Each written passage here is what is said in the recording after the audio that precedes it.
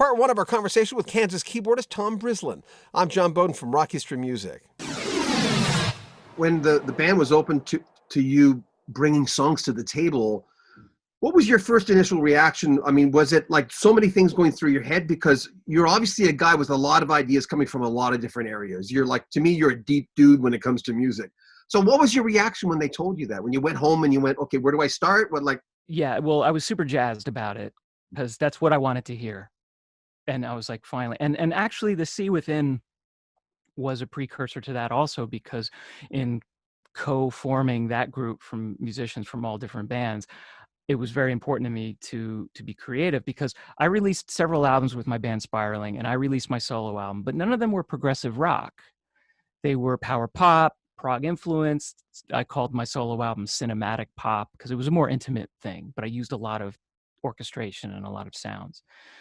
But in the prog world, especially fans and supporters of mine that have jumped on board since the days of Yes, Camel, Renaissance, those progressive groups, a lot of people were saying, well, when are you going to create some prog rock? And the funny thing is that I have, but when I was a teenager, I had a prog band and we were playing Roundabout and Spirit of Radio and Point of No Return. And it's so fun.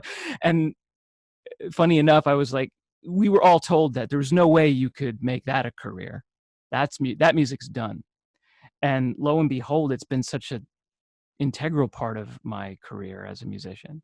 So to finally have the opportunity to create in the progressive pool, so to speak, was really exciting. And the thing that I try to do is to actually forget about it when I start writing a song. I just like to try to get the ideas to come out honestly, and then concern myself with the stylistic stuff after, because I want the core of the song to be good. Yeah.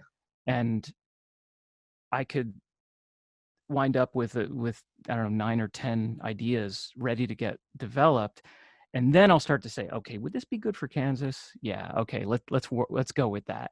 And there's some songs I create that have nothing to do with that sound, and I just put them in another box and I'll get to them sometime.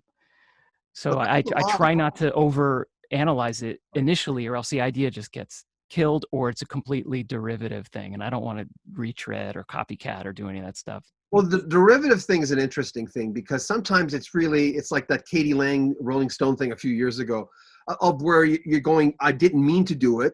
The ultimate example, of course, is George Harrison, My Sweet Lord. Was he so fine? Right? But that's the ultimate example of did you mean it? Did you not mean it? It's so hard sometimes. I hear from so many classic rock guys are going, I'm copying myself, I can't help it. But you're coming in from, not necessarily you've got a long career behind you, but you came in, I would say, fresher than, because this is your first album with the band somehow.